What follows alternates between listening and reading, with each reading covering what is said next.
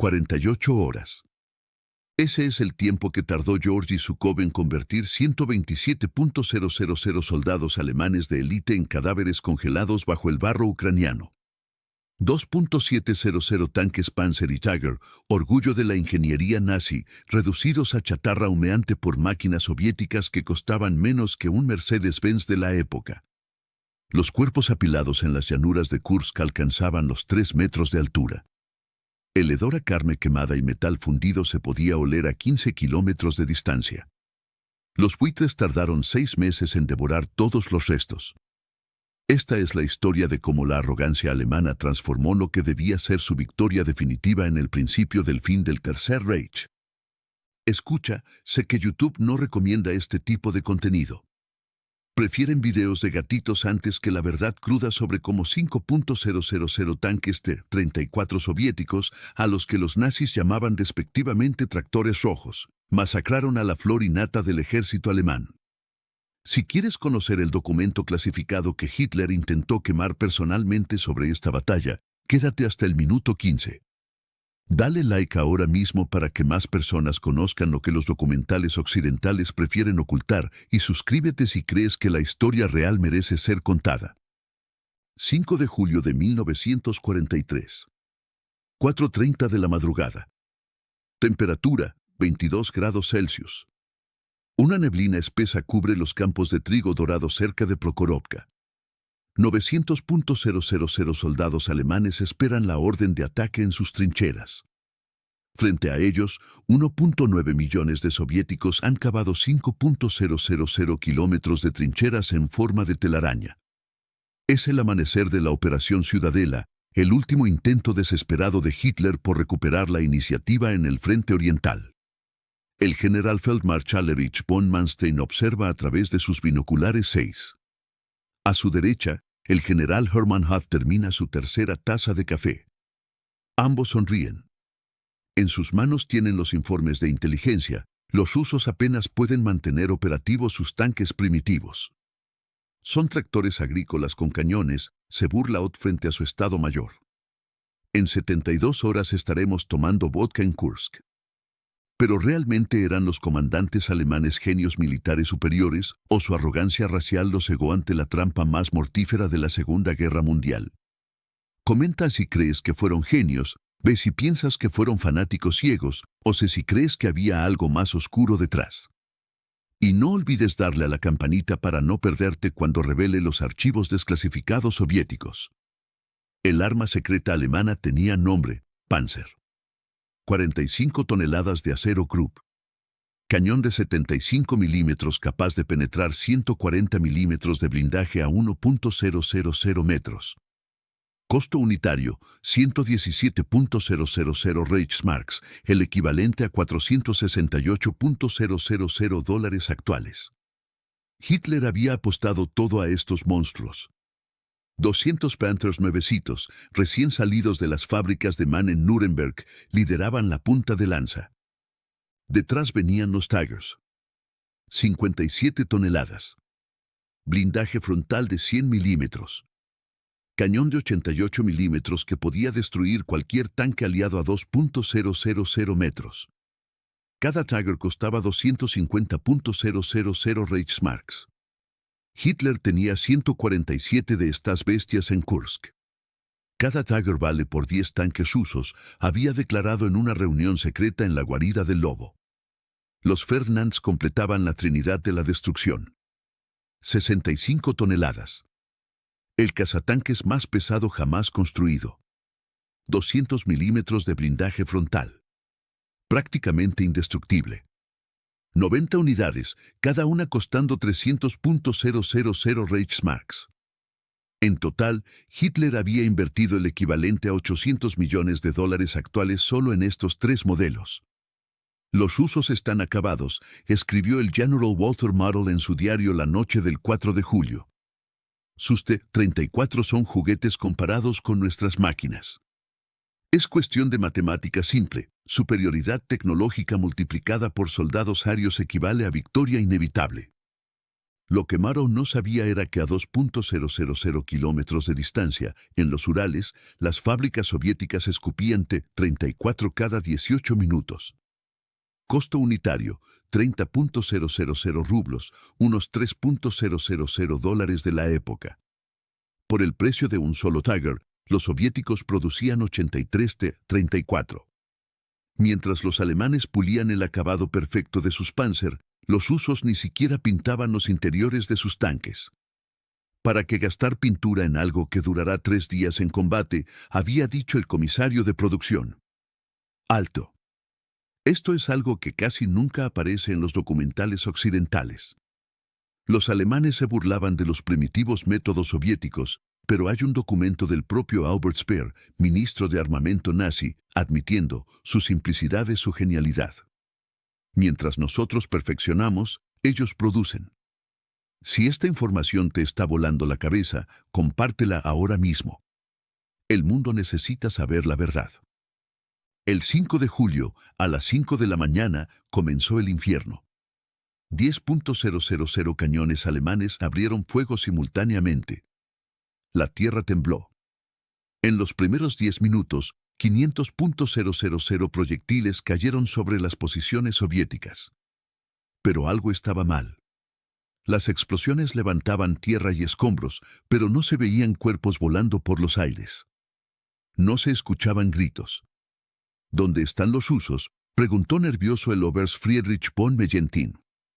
La respuesta llegó 30 minutos después.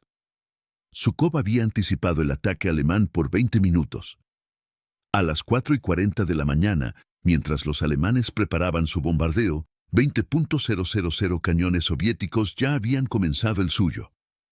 Los alemanes bombardearon posiciones vacías. Los soviéticos masacraron concentraciones de tropas. «Nos han engañado», gritó un oficial de comunicaciones alemán mientras veía explotar un depósito de municiones. 600 toneladas de explosivos alemanes volaron por los aires en 4 segundos. La columna de fuego alcanzó 400 metros de altura. A 15 kilómetros, en su puesto de mando, Maro sintió la onda expansiva. Su taza de café cayó al suelo. Pero los alemanes no podían detenerse. La maquinaria de guerra ya estaba en movimiento. A las 5:30 de la mañana, los Panthers comenzaron a rodar. Formación en cuña. 15 kilómetros por hora. Los comandantes asomados por las torretas con sus uniformes negros impecables. Detrás, 100.000 soldados de infantería. Era una imagen sacada de un desfile de Nuremberg. El Hauptmann Klaus von Reichenbach, comandando el Panzer número 424, fue el primero en notar algo extraño. El campo minado soviético no estaba donde los mapas indicaban. Estaba 500 metros más cerca. «¡Alto!», gritó por la radio. Demasiado tarde. El Panther 411 pisó una mina TM-41. 5.5 kilogramos de TNT. La explosión levantó el tanque de 45 toneladas medio metro del suelo. La oruga izquierda salió volando en pedazos. El conductor, Hans Müller, de 19 años, de Hamburgo, quedó sordo instantáneamente. En los siguientes 7 minutos, 31 Panthers más cayeron en el campo minado. Los soviéticos habían plantado 503.663 minas en un frente de 300 kilómetros. Una mina cada 60 centímetros en algunos sectores. Los zapadores alemanes, los mejores del mundo según su propia propaganda, habían detectado menos del 10%. «Sigan avanzando», ordenó Ott. «Los campos minados tienen que acabarse en algún momento». Tenía razón. Se acabaron después de 8 kilómetros. 8 kilómetros de infierno. Para cuando los Panthers atravesaron, 73 estaban fuera de combate. No por fuego enemigo. Por minas de 50 centavos. Y entonces aparecieron. Como fantasmas emergiendo de la tierra misma. 500 T-34 soviéticos enterrados hasta la torreta. Habían esperado 72 horas en sus posiciones. Sin moverse. Orinando en botellas. Comiendo pan negro seco. El comandante Pavel Rotmistrov había sido claro. El que se mueva antes de mi señal será fusilado. El que dispare antes de los 500 metros será fusilado. El que falle su primer disparo, bueno, los alemanes se encargarán de fusilarlo. La emboscada fue perfecta. A las 6:15 de la mañana, cuando los Panthers creían haber superado lo peor, 500 cañones de 76.2 milímetros abrieron fuego a quemarropa. A 300 metros, el blindaje lateral del Panzer, de solo 40 milímetros, era papel. El Panzer 424 de von Reichenbach recibió 3 impactos en 4 segundos. El primer proyectil penetró el compartimiento del motor. El segundo detonó las municiones. El tercero fue innecesario. Von Reichenbach y su tripulación ya estaban muertos. 47 Panthers destruidos en 12 minutos. Pero los alemanes seguían viniendo. Y aquí tiene un dato que te va a dejar sin aliento. En las primeras 6 horas de batalla, se dispararon más proyectiles que en toda la Primera Guerra Mundial. 2.4 millones de balas, proyectiles y granadas cruzaron el aire. Si pusieras todos esos proyectiles en fila, llegarían de Berlín a Moscú. Piensa en esto por un segundo y luego comparte este video. Si quieres más verdades incómodas sobre la Segunda Guerra Mundial, escribe verdad en los comentarios. Si prefieres la versión edulcorada de Hollywood, escribe ficción. Veamos cuántos valientes hay en esta comunidad. A las 11 de la mañana del primer día, el ataque alemán ya mostraba grietas. Los Stukas, orgullo de la Luftwaffe, encontraron un cielo infestado de cazas soviéticos. Por cada Messerschmitt Bf 109 alemán, había 3 Yakovlev Jak-9 soviéticos esperando. El Oberst Hans Ulrich Rudel, el piloto de Stuka más condecorado, escribiría después: era como volar hacia una pared de fuego. Nunca había visto tantos aviones enemigos juntos. Y aquí viene la ironía brutal. Los Jak-9 costaban 150.000 rublos cada uno. Los Bf 109, 250.000 Reichsmarks. Los soviéticos perdían 3 aviones por cada alemán derribado, pero producían 5 por cada alemán fabricado. Es simple aritmética, había dicho Stalin. Que lloren por sus pilotos muertos. Nosotros tenemos más hijos que ellos balas. El mediodía trajo una nueva pesadilla, el Katyusha. El órgano de Stalin, lo llamaban los alemanes, por el sonido infernal de sus cohetes.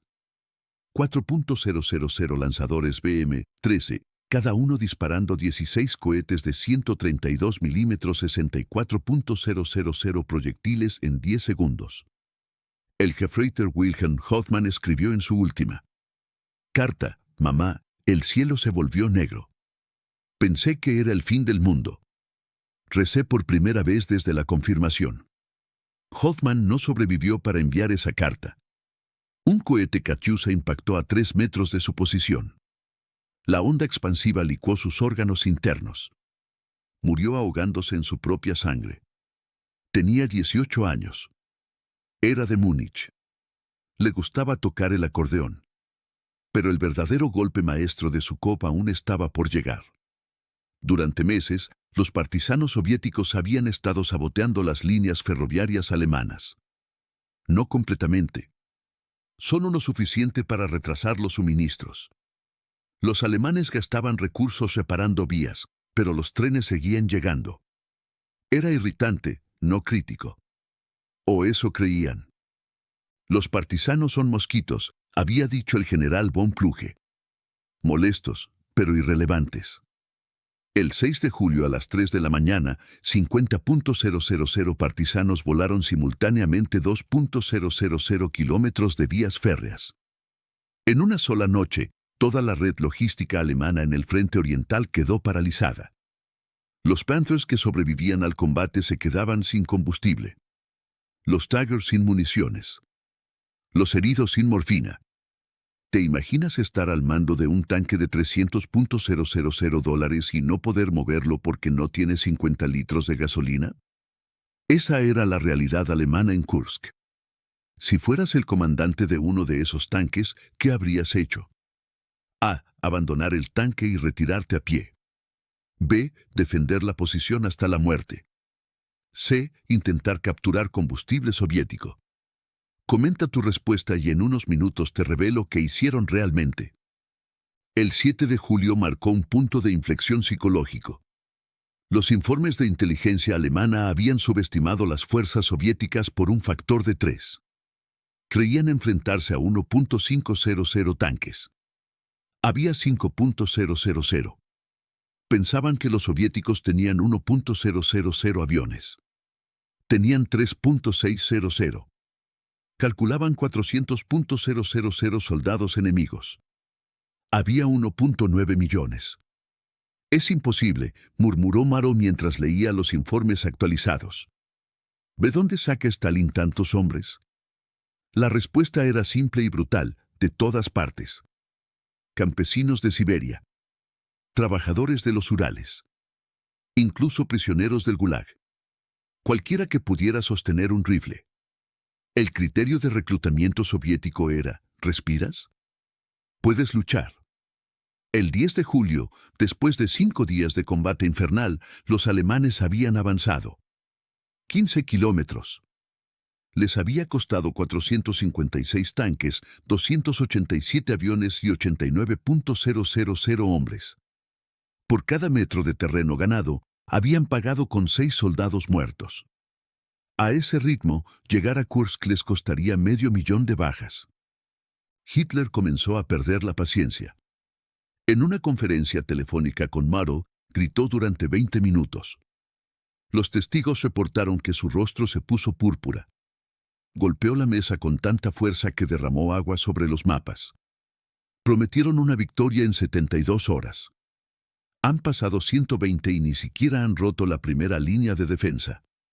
Lo que Hitler no sabía era que Zhukov había preparado 8 líneas de defensa. 8. Cada una más mortífera que la anterior. Era como esas muñecas rusas, una dentro de otra, pero cada muñeca estaba hecha de minas, alambre de púas y cañones antitanque. El mediodía trajo una nueva pesadilla, el Katyusha. El órgano de Stalin, lo llamaban los alemanes, por el sonido infernal de sus cohetes. 4.000 lanzadores BM-13, cada uno disparando 16 cohetes de 132 milímetros 64.000 proyectiles en 10 segundos. El Gefreiter Wilhelm Hoffmann escribió en su última carta: «Mamá, el cielo se volvió negro. Pensé que era el fin del mundo. Recé por primera vez desde la confirmación».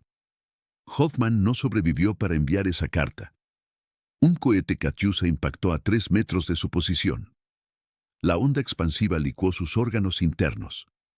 Murió ahogándose en su propia sangre. Tenía 18 años. Era de Múnich. Le gustaba tocar el acordeón. Pero el verdadero golpe maestro de Zhukov aún estaba por llegar. Durante meses, los partisanos soviéticos habían estado saboteando las líneas ferroviarias alemanas. No completamente. Solo lo suficiente para retrasar los suministros. Los alemanes gastaban recursos reparando vías, pero los trenes seguían llegando. Era irritante, no crítico. O eso creían. Los partisanos son mosquitos, había dicho el general von Plüge. Molestos, pero irrelevantes. El 6 de julio a las 3 de la mañana, 50.000 partisanos volaron simultáneamente 2.000 kilómetros de vías férreas. En una sola noche, toda la red logística alemana en el frente oriental quedó paralizada. Los Panthers que sobrevivían al combate se quedaban sin combustible. Los Tigers sin municiones. Los heridos sin morfina. ¿Te imaginas estar al mando de un tanque de $300.000 y no poder moverlo porque no tiene 50 litros de gasolina? Esa era la realidad alemana en Kursk. Si fueras el comandante de uno de esos tanques, ¿qué habrías hecho?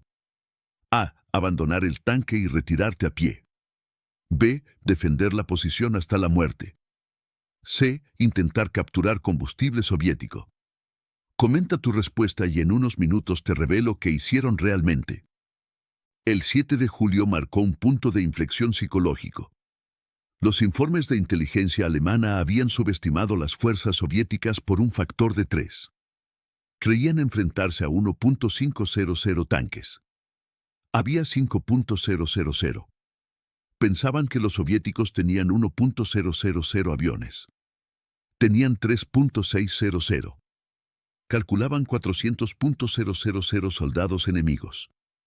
Había 1.9 millones. Es imposible, murmuró Maro mientras leía los informes actualizados.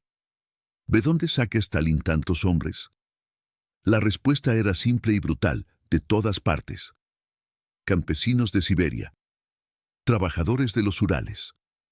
Incluso prisioneros del Gulag. Cualquiera que pudiera sostener un rifle. El criterio de reclutamiento soviético era, ¿respiras? Puedes luchar. El 10 de julio, después de 5 días de combate infernal, los alemanes habían avanzado. 15 kilómetros. Les había costado 456 tanques, 287 aviones y 89.000 hombres. Por cada metro de terreno ganado, habían pagado con 6 soldados muertos. A ese ritmo, llegar a Kursk les costaría 500.000 de bajas. Hitler comenzó a perder la paciencia. En una conferencia telefónica con Maro, gritó durante 20 minutos. Los testigos reportaron que su rostro se puso púrpura. Golpeó la mesa con tanta fuerza que derramó agua sobre los mapas. Prometieron una victoria en 72 horas. Han pasado 120 y ni siquiera han roto la primera línea de defensa. Lo que Hitler no sabía era que Zhukov había preparado 8 líneas de defensa. 8. Cada una más mortífera que la anterior. Era como esas muñecas rusas, una dentro de otra, pero cada muñeca estaba hecha de minas, alambre de púas y cañones antitanque. Y entonces llegó el 12 de julio. La fecha que todo estudiante militar memoriza. La batalla de tanques más grande de la historia. En un área de apenas 100 kilómetros cuadrados, 1.500 tanques se enfrentaron en combate directo. Los historiadores lo llaman el día del juicio de los Panzer. A las 8:30 de la mañana, en las llanuras de Prokhorovka, el segundo cuerpo Panzer SS chocó contra el quinto ejército de tanques de la Guardia Soviético. El estruendo se escuchó a 50 kilómetros.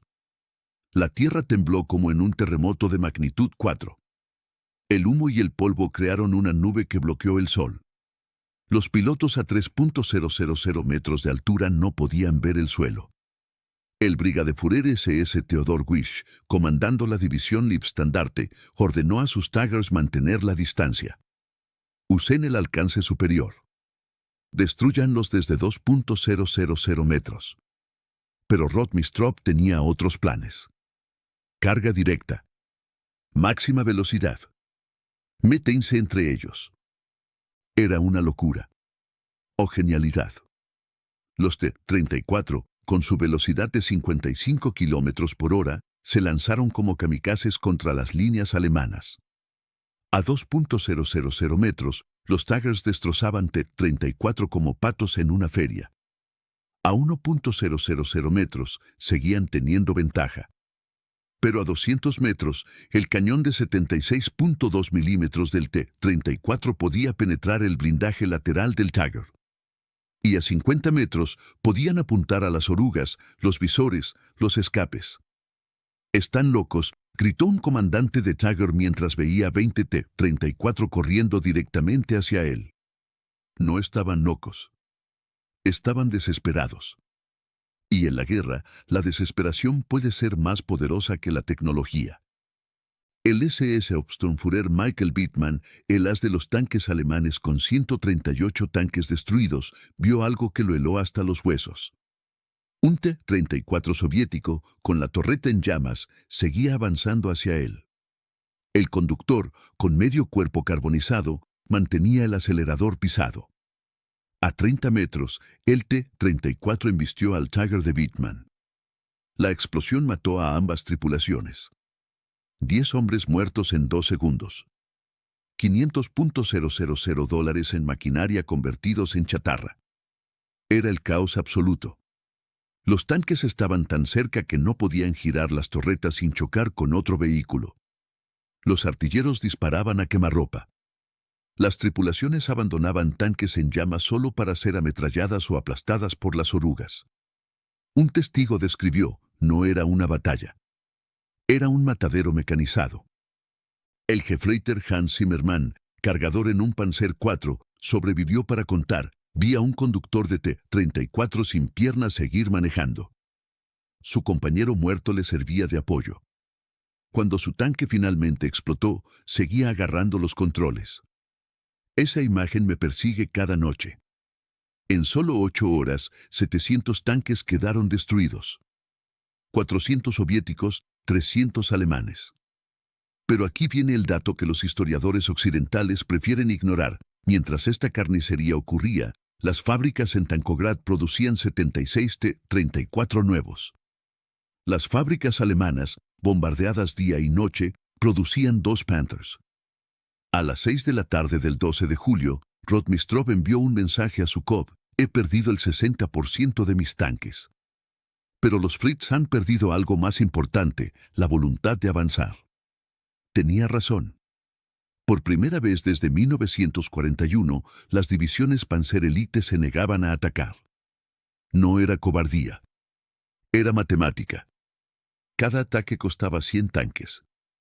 Ya no tenían 100 tanques que perder.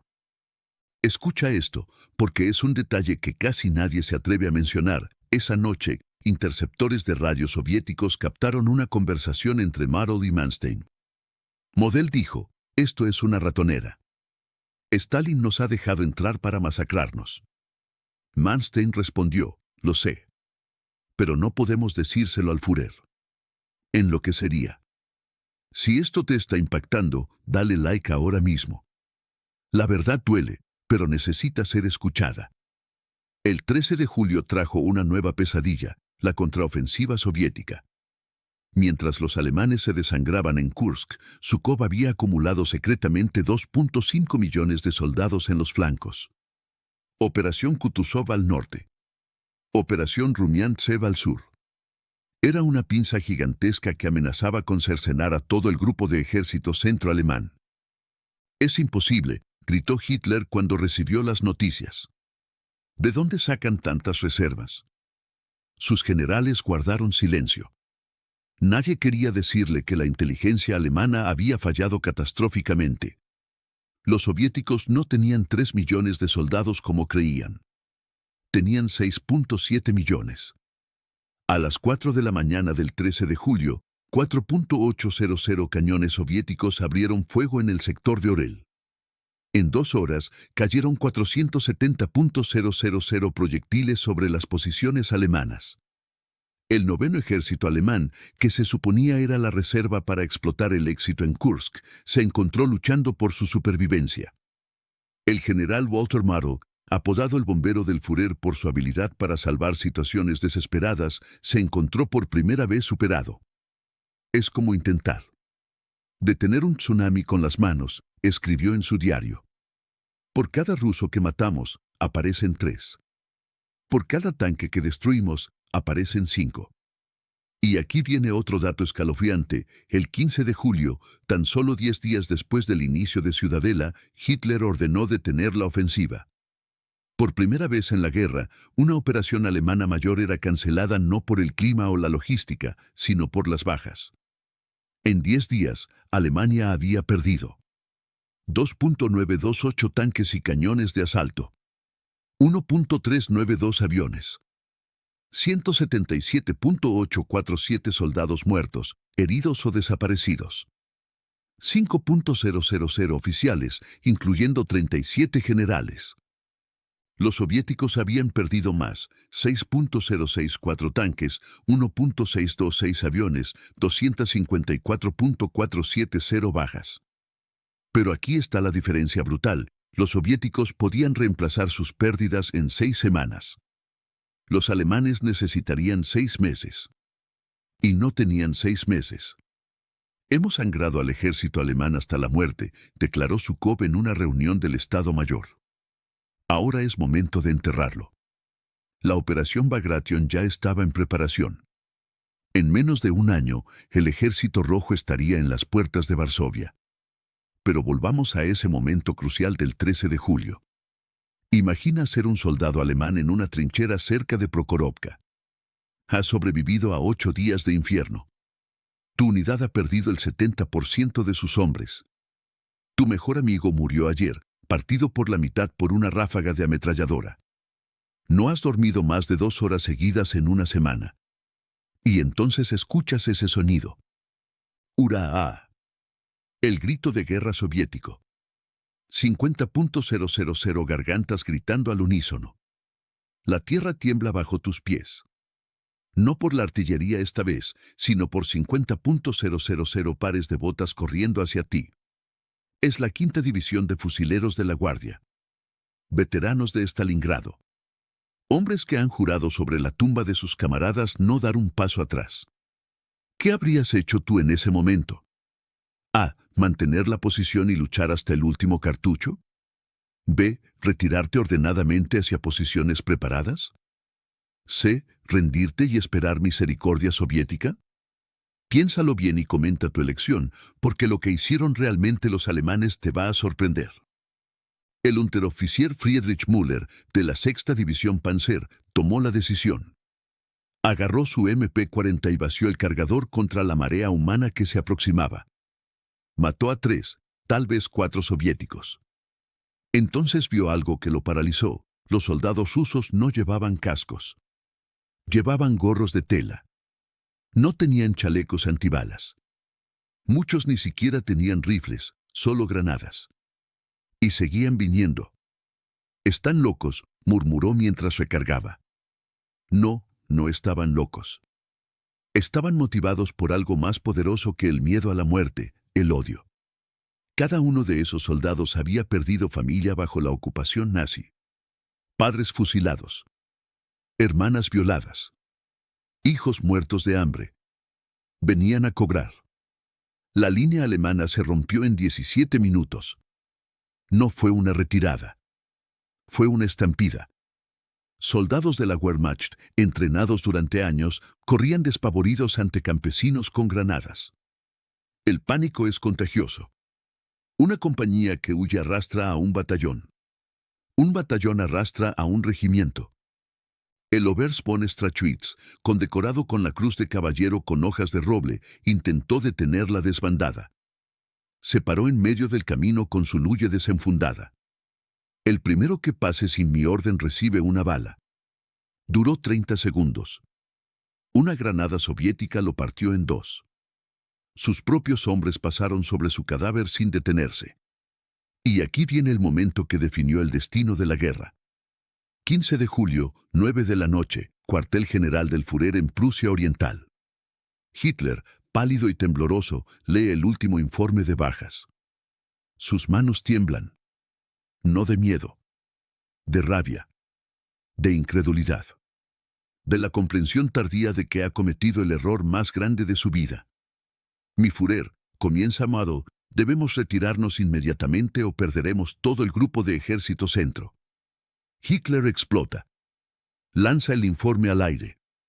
Golpea la mesa tan fuerte que se rompe un hueso de la mano. No. Ni un paso atrás.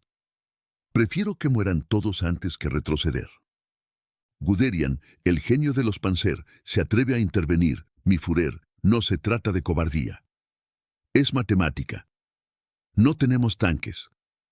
No tenemos combustible. No tenemos hombres. Entonces fabriquen más. Encuentren más. Saquen soldados de debajo de las piedras si es necesario. Pero las piedras alemanas ya no daban más soldados. Los muchachos de 16 años ya estaban en el frente. Los hombres de 50 también. Las fábricas funcionaban con mujeres y prisioneros. El milagro económico nazi se revelaba como lo que siempre fue, una burbuja inflada con sangre y conquista. Y la burbuja acababa de explotar en Kursk.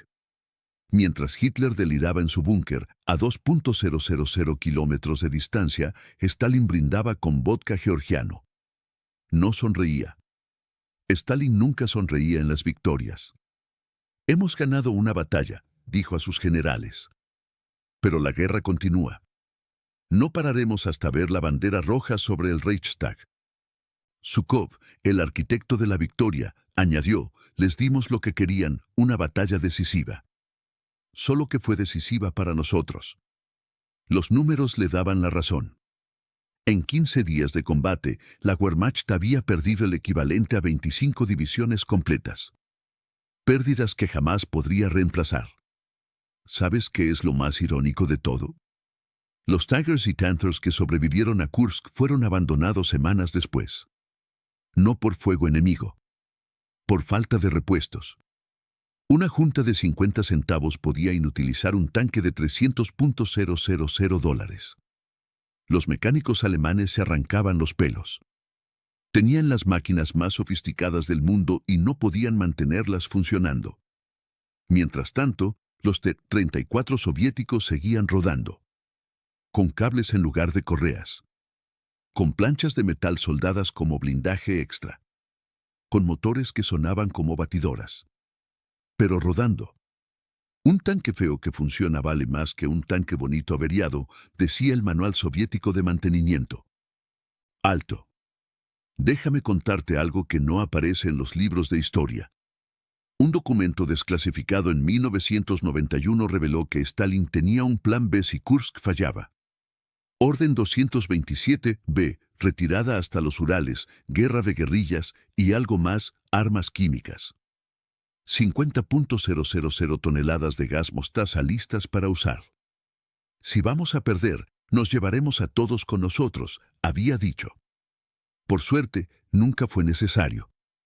Comparte esto antes de que YouTube decida que es demasiada verdad. El aftermath de Kursk fue brutal para ambos bandos. Los campos de batalla quedaron sembrados de metal retorcido y cuerpos en descomposición. Los campesinos locales reportaron que durante 3 años no creció nada en esos campos. La tierra estaba envenenada con aceite, combustible, sangre y fósforo. Las cifras finales son difíciles de comprender. 1.2 millones de proyectiles de artillería disparados. 3.6 millones de balas de fusil. 89.000 toneladas de bombas lanzadas. 432.000 litros de sangre derramados. 12.000 kilómetros cuadrados de tierra devastada. Si pusieras todos los cadáveres de Kursk en fila, uno detrás de otro, la fila llegaría de Moscú a Berlín. Piensa en eso por un segundo. Una autopista de muerte de 1.600 kilómetros. Pero el verdadero costo fue estratégico. Después de Kursk, Alemania nunca más lanzó una ofensiva mayor en el este. Solo retiradas. Retiradas elásticas, las llamaba la propaganda nazi. Los soldados tenían otro nombre, corriendo hacia el Reich. El Feldwebel Kurt Wagner escribió a su esposa, ya no luchamos para ganar. Luchamos para retrasar lo inevitable. Los rusos vienen y nada puede detenerlos. Reza para que los americanos lleguen a Berlín primero. No llegarían primero. El 2 de mayo de 1945, 22 meses después de Kursk, la bandera soviética ondearía sobre el Reichstag. El camino de Kursk a Berlín estaría pavimentado con 3 millones de cadáveres alemanes. El precio de la arrogancia. Kursk fue nuestra Gettysburg, admitiría Guderian años después. El momento en que la marea cambió definitivamente. No por falta de valor de nuestros soldados, sino por la estupidez de nuestro liderazgo. Una rara admisión de un general alemán. Manstein fue más directo en sus memorias. Hitler nos ordenó atacar una fortaleza con las puertas abiertas. Cuando entramos, las puertas se cerraron detrás de nosotros. Zhukov nos había superado en todo: inteligencia, preparación, ejecución. Jugamos ajedrez. Él jugó Go. Los veteranos soviéticos de Kursk recibieron una medalla especial. En el anverso, un T-34 aplastando una cruz gamada. En el reverso, una inscripción, por nuestra victoria en la gran batalla de tanques. Sencillo. Directo. Soviético. Pero quizás el testimonio más poderoso viene de un soldado raso. El soldado Alexei Zhukov, de 19 años, de Novosibirsk, escribió en su diario: «Hoy maté a mi primer alemán. No sentí alegría.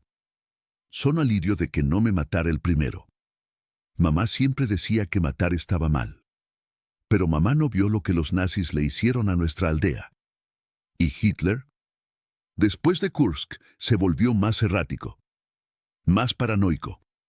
Más desconectado de la realidad. Ordenaba contraataques con divisiones que existían solo en el papel. Movía ejércitos fantasma en sus mapas. Sus generales asentían y luego ignoraban las órdenes imposibles. El 20 de julio de 1943, solo 5 días después del fin de Kursk, escribió en su diario, según el testimonio de su secretaria, los generales me han traicionado. Si hubieran luchado con más fe, habríamos ganado. No podía aceptar que su genio militar había llevado a Alemania al desastre. Un año después, esos mismos generales intentarían matarlo. El complot del 20 de julio de 1944 fue, en muchos sentidos, hijo de Kursk. Los oficiales que habían visto la masacre sabían que la guerra estaba perdida. Querían salvar lo que quedara de Alemania. Fallaron. Hitler sobrevivió y se vengó brutalmente. Pero esa es otra historia. Lo que importa aquí es el legado de Kursk. Fue más que una batalla. Fue el momento en que el mito de la invencibilidad alemana murió definitivamente. Cuando los superhombres arios fueron derrotados por subhumanos eslavos. Cuando la tecnología superior fue vencida por la determinación superior. Los números finales son el veredicto de la historia. Alemania entró en Kursk con 900.000 hombres. Salió con 600.000. Entró con 2.700 tanques. Salió con 800. Entró con 2.000 aviones. Salió con 600. Entró con esperanzas de victoria. Salió con la certeza de la derrota. La Unión Soviética pagó un precio mayor en sangre. Siempre lo hacía. Pero podía pagarlo. Por cada soldado caído, había 2 esperando. Por cada tanque destruido, 3 saliendo de las fábricas. Era una aritmética brutal pero efectiva. Stalin lo resumió en una frase escalofriante pero honesta: los alemanes cuentan sus muertos. Nosotros contamos nuestras victorias. Y después de Kursk, las victorias soviéticas no pararían hasta Berlín. El marcador final es brutal en su simplicidad. Stalin, 2 ejércitos alemanes borrados del mapa por el costo de municiones baratas y vidas que consideraba reemplazables. Hitler, $800 millones en tanques de élite enterrados en el barro ucraniano junto con el futuro del Tercer Reich. Kursk no fue solo una derrota militar. Fue una derrota existencial. El momento en que Alemania pasó de preguntar ¿cuándo ganaremos? A ¿cuánto tardaremos en perder? Los dados estaban echados. El Götterdämmerung había comenzado. Hoy, 80 años después, los campos de Kursk siguen revelando secretos. Cada primavera, cuando el deshielo descubre nuevos restos, los equipos de búsqueda encuentran tanques, huesos, cartas sin enviar. Fantasmas de una batalla que cambió el mundo. Un ranchero local me contó una vez, mi abuelo decía que después de la batalla, llovió durante 3 días. Pero no era agua limpia. Era agua roja. La tierra no podía absorber tanta sangre. Puede ser una exageración. O tal vez no. En Kursk, la realidad superó cualquier pesadilla.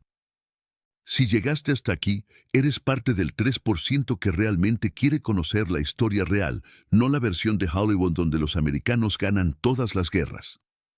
Eres de los que entienden que la historia es compleja, brutal, y que los verdaderos héroes a menudo mueren en el barro sin medallas ni gloria. Este video es para ti. Para los que buscan la verdad aunque duela. Para los que entienden que conocer el pasado es la única forma de no repetirlo. Para los que saben que detrás de cada estadística hay una tragedia humana. Dale like si crees que más personas necesitan conocer esta historia. Suscríbete y activa la campanita porque YouTube no quiere que este contenido llegue a las masas.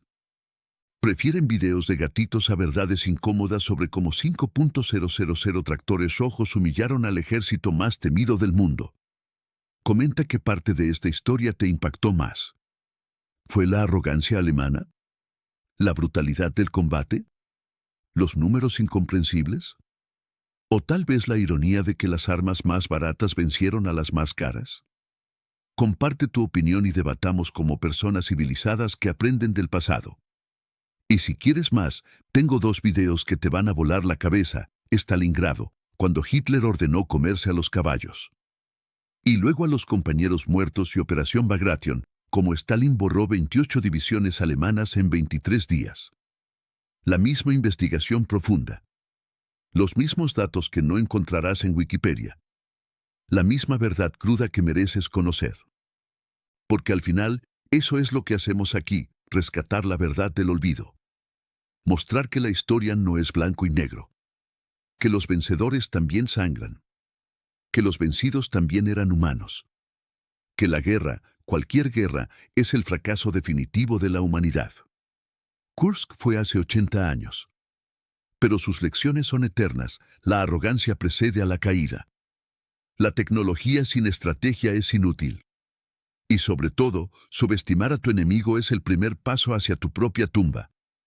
Los generales alemanes se rieron de los tractores rojos. Zhukov tuvo la última carcajada. Una carcajada que resonó desde Kursk hasta Berlín.